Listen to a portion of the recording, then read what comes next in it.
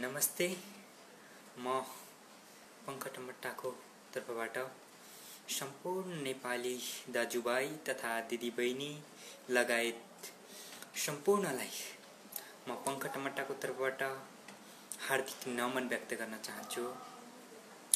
आज 2077 साल जेठ 21 गते जुन 2063 साल जेठ 21 गते छुवाछुत मुक्त राष्ट्र घोषणा भइसकेको दिन आज 14औं वर्ष पुगिरहेछ। हामी छुवाछुत मुक्त राष्ट्रमा छौं, तर छुवाछुत मुक्त समाजमा छैनौं। हामीहरू छुवाछुत मुक्त समाज नभएको देश कसरी राष्ट्रिय स्तरमा नै छुवाछुत मुक्त भइसकेको होला। सायद काम नगरेरै लेख्ने बानी परिसकेको छ हाम्रो देशको नेताहरूको। त्यसैले छुवाछुत मुक्त राष्ट्र भनेको त देशभरिकै समस्या, देशभरिकै विभेद मुक्त हुनु पर्थ्यो। तर यहाँ देशभरिको विभेद मुक्त नभएर यहाँ छुवाछुत मुक्त राष्ट्र घोषणा भइसकेको छ। त्यसैले आज मैले केही कुरा राख्नेछु, सबैले प्रतिक्रिया दिन भने नभुल्नु होला। 2020 सालमा नै मुलुकी ऐन बनिसकेको थियो छुवाछुत प्रथाको विषयमा। 2063 धेरै पटकको जनआन्दोलन र 2062-63 को एकदम जनयुद्ध उसमा छुवाछुत मुक्त राष्ट्र घोषणा गरियो। तर एउटा कागजी रूपमा मात्र घोषणा गरियो, तर न्यायिक रूपमा र एउटा जातीय विभेद मुक्त समाज निर्माण गरेर चाहिँ राष्ट्र घोषणा गरिएन। छुवाछुत विभेद मुक्त राष्ट्र घोषणा गरिएन। आज हामी 21औं शताब्दीमा भएको बेला हामीहरूले एक मानवले अर्को मानव बीच समानता रहनु पर्थ्यो। एक मानवले अर्को मानवलाई एउटा आदर सम्मान गर्नु पर्थ्यो। तर यहाँ के छ भने एक मानवले अर्को मानवलाई अपमान गरेको छ। यहाँ वर्ण व्यवस्था, जात व्यवस्थाले समाज नै खुकुलो बनाइसकेको छ। 1910 को मुलुकी ऐन अहिलेसम्म पनि लागू भइराखेको छ। हाम्रो देशका राष्ट्रप्रेमी नेताहरू राष्ट्रिय स्वाधीनता, राष्ट्रिय सार्वभौम सत्ता भन्नेहरू पनि आज एकदमै वर्ण व्यवस्था नै अल्झिएको छन्। 1910 को मुलुकी ऐनमा नै अल्झिएको अवस्था छ। हामी जुन देशमा जन्मेका छौं त्यो देशको नागरिक हौं भनेर त अलिकति हामीले पनि महसुस गर्न पाउनु पर्यो। छुवाछुत मुक्त राष्ट्र घोषणा भइसकेको देशमा एउटा समाजमा पनि छुवाछुत मुक्त हुन सकेको छैन। कसरी छुवाछुत मुक्त राष्ट्र घोषणा गरियो, म आफै अन्यलमा परेको छु। कुनै काम गरेर काम नगरेरै किताबी पानामा लेखेर छुवाछुत मुक्त राष्ट्र घोषणा गर्ने हो कि, या छुवाछुत मुक्त राष्ट्र गर्नको लागि केही काम पनि गर्नुपर्छ। संविधान लेखियो 2072 को संविधानमा। त्यहाँ दलितको एजेन्डा पास केही रूपमा मात्र गरियो, थोरै रूपमा मात्र। तर त्यहाँ पनि फेरि 52 भन्ना बित्तिकै मैले कुनै जातलाई तोकेको होइन, तर 52 बाद जुन छ त्यसले नै एउटा संविधान निर्माण गर्यो। त्यो संविधान निर्माण गर्ने क्रममा समानुपातिक समावेशीको आधारमा दोस्रो दर्जाको नागरिकको रूपमा दलित समुदाय मात्र नभएर जनजाति, मुस्लिम, थारू, अन्य जातिहरूलाई दोस्रो दर्जाको नागरिक दियो। नेपालको संविधानले नै दोस्रो दर्जाको नागरिक दिएको अवस्थामा कतिपय विद्वानहरूले, कतिपय अग्रजहरूले भन्नुहुन्छ नेपालको संविधान उत्कृष्ट संविधान हो। यदि नेपालको संविधान उत्कृष्ट संविधान भएको भए समानुपातिक समावेशीको आधारमा दोस्रो दर्जाको नागरिक किन बनाइयो? सबैभन्दा महत्त्वपूर्ण कुरा चाहिँ यो रहन्छ। सबैभन्दा पहिला आर्थिक वर्ष 2077-78 को बजेटमा दलित शब्द हटाइयो। तर हामीलाई दलित शब्द हटाउन बित्तिकै आपत्ति होइन कि दलित शब्दसँगै दलितमाथि भएका अन्याय, अत्याचार, शोषण, दमन सबै अन्त्य हुनुपर्छ। एउटा दलित शब्द हटाउँदैमा समस्या समाधान हुँदैन। कतिपय मान्छेहरूले भन्नुहुन्छ एउटा थर बदल्दैमा पनि समस्या समाधान हुँदैन, किनभने बाहुनकै थर बोकेका मान्छेहरू पनि छन् नेपालमा दलित समुदायमा।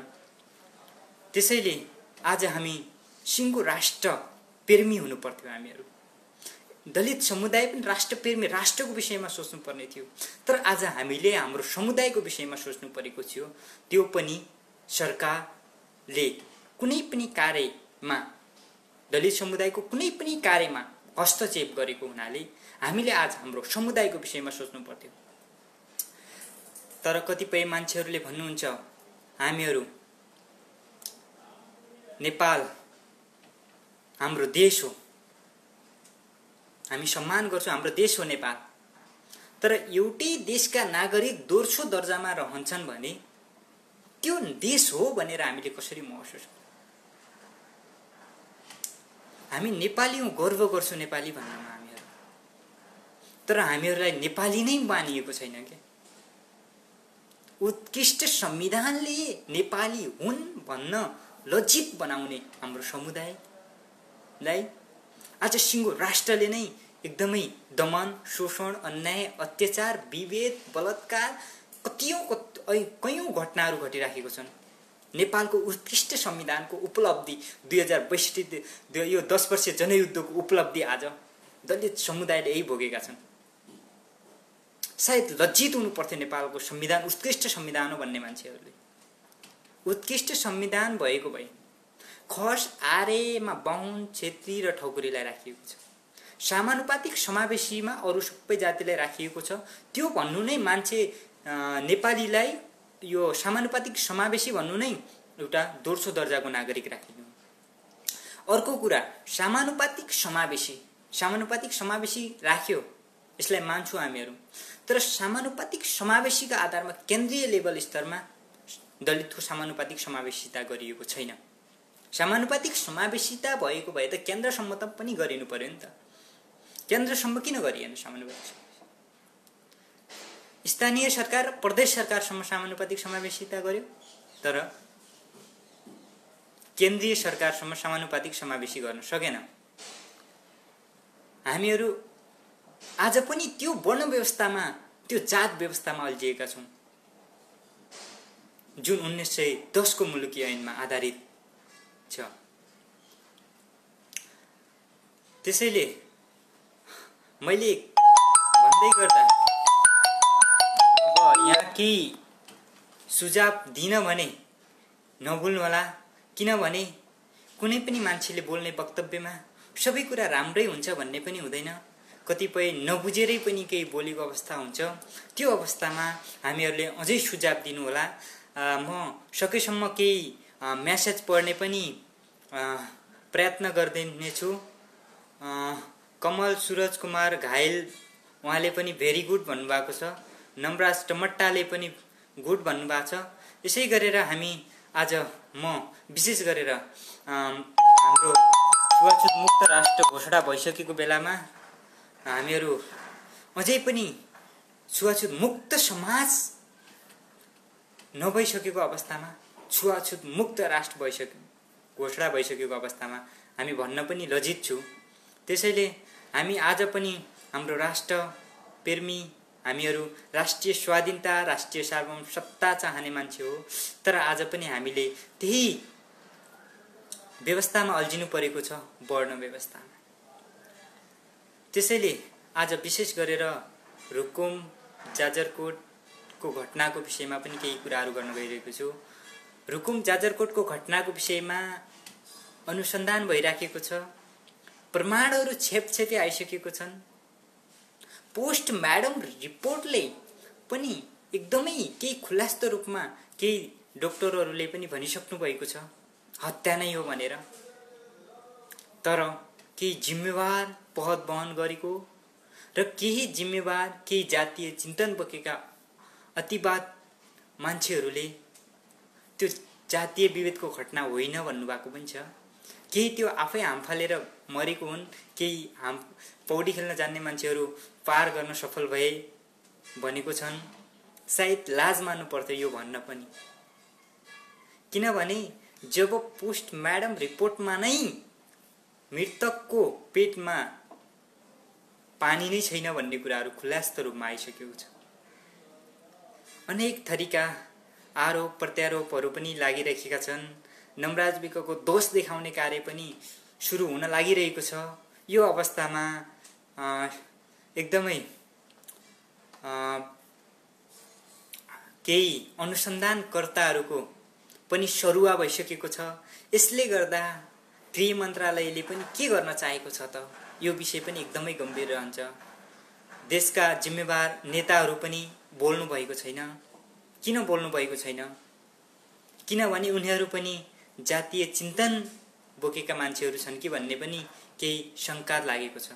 यदि 10 वर्ष हिजोको 10 वर्षीय जनयुद्धमा जुन लक्ष्य र उद्देश्यका साथमा प्रचण्डले एउटा अभियान चलाउनु भएको थियो, त्यसमा दलित समुदायले पनि योगदान नदिएको छैन।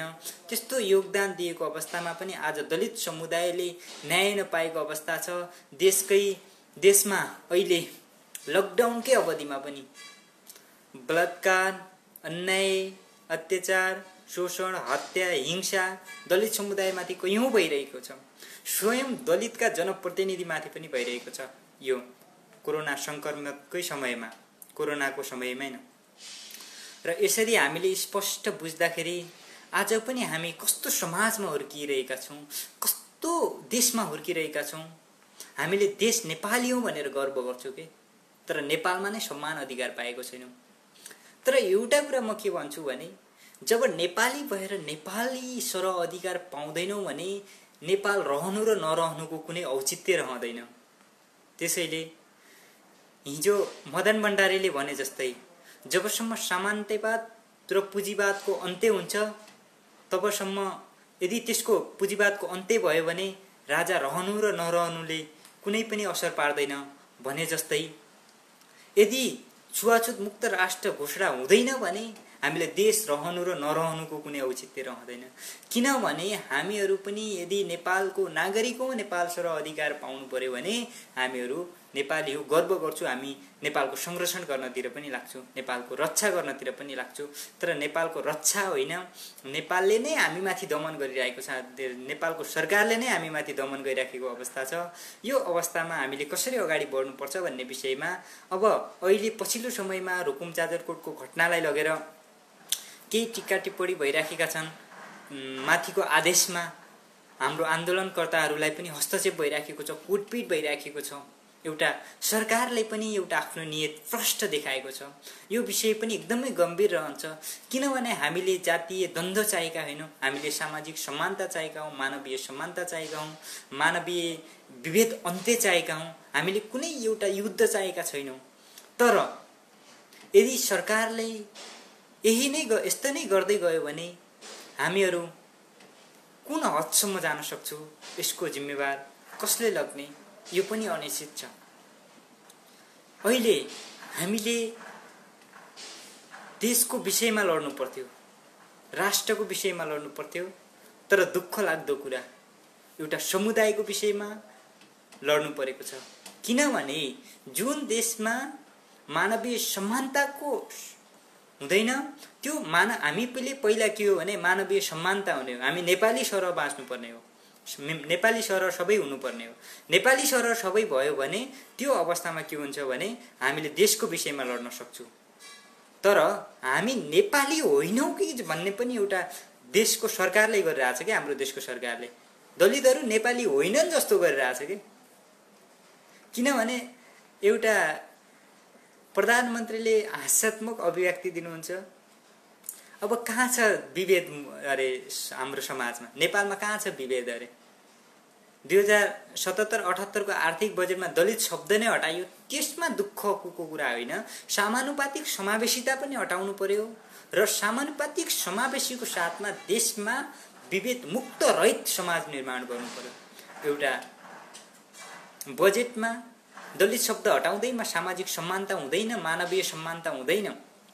बाबुराम भट्टराईले भने जस्तै एउटा थर बदल्नेमा मानवीय समानता हुँदैन। भट्टराई गरेका पनि दलित छन्, मलाती गरेका पनि दलित छन्। त्यस्तै गरेर धेरै थर बाहुनका थरका पनि दलित मान्छेहरू छन्, दलित समुदाय छन्। तर यदि त्यो थर नै बदलेर हुनुपर्ने हो भने उनीहरूलाई बाहुन भन्नु पर्थ्यो। तर यस्तो होइन कि हाम्रो देशको वर्ण व्यवस्था नै जातिवादमा आधारित छ। त्यसैले सिङ्गो राष्ट्रप्रेमी म यो भन्न चाहन्छु कि कतिपयले भन्नुहुन्छ होला जातीय अहंकार बोकेका अहंकारीहरूले दलित समुदायलाई मात्र कति गर्ने भन्नु पनि हुन्छ होला। तर के हो भने वास्तवमा अहिले पछिल्लो समयमा दलित समुदायका घटनाहरू एकदमै अग्रपन्थीमा घटिरहेका छन्। कोरोनाले विश्व नै चपेटामा परेको बेला दलित समुदायलाई त्यहाँभन्दा भयानक चपेटामा पार्ने कार्यहरू पनि भइरहेको छ। यो अवस्थामा हामीले सबैभन्दा पहिला एउटा जातिवादी चिन्तनलाई मुक्त गर्नुपर्छ। त्यसैले अब हाम्रो लडाई मानवीय समानताको लडाई हो। मानवीय समानताको लडाईमा सबैले साथ दिनुपर्छ। यो एउटा दलित समुदायको मात्र लडाई होइन।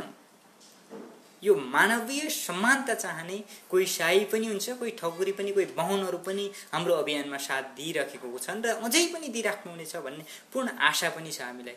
किनभनेपछि हामीले मानवीय समानता चाहेको हौँ, जातीय द्वन्द्व चाहेका होइनौँ। त्यसैले सम्पूर्ण मित्रहरूलाई मेरो आग्रह छ, यसलाई दलित समुदायको मात्र समस्या हो भनेर दलित समुदायलाई अतिवाद, गाली, बेइज्जती गर्ने कार्य नगरिदिनुस्। म आग्रह गर्छु। यदि यस्तो गरेमा भोलि जातीय द्वन्द्व सिर्जना हुन्छ। जातीय द्वन्द्व सिर्जना भइसकेपछि हिजोको जनयुद्धभन्दा कमजोर जातीय द्वन्द्व हुने छैन। त्यसको लागि हामीहरू हिजो देशको लागि ज्यानको आहुति दिन तयार भयौँ भने आज एउटा समाजको लागि ज्यानको आहुति दिन किन तयार नरहने? त्यो विषय पनि गम्भीर रहन्छ। त्यसैले म आग्रह गर्छु सबैलाई, आज जातीय छुवाछुत मुक्त राष्ट्र घोषणा भइसकेको जेठ 21 गतिको दिन अझै कति दलित मारिनु पर्ने हो? दलितहरू अझै नमारियोस्। जातीय विभेद मुक्त राष्ट्र घोषणा भइसकेको छ, तर एउटा समाज नै जातीय विभेद मुक्त भइसकेको नसकेको अवस्थामा जातीय मुक्त राष्ट्र घोषणा, त्यो काबीलाई, त्यो संविधानलाई जलाउँदा पनि केही फरक पर्दैन। किनभने संविधानमा लेखेर मात्र हुँदैन, कार्यान्वयन पनि गर्नु पर्यो। कार्यान्वयन गर्नुको लागि सबैभन्दा मुख्य जिम्मेवार भनेको एउटा सरकारको हुन्छ। सरकारले नै दमन गर्यो भने कसले गर्ने त? त्यो पनि गम्भीर रहन्छ।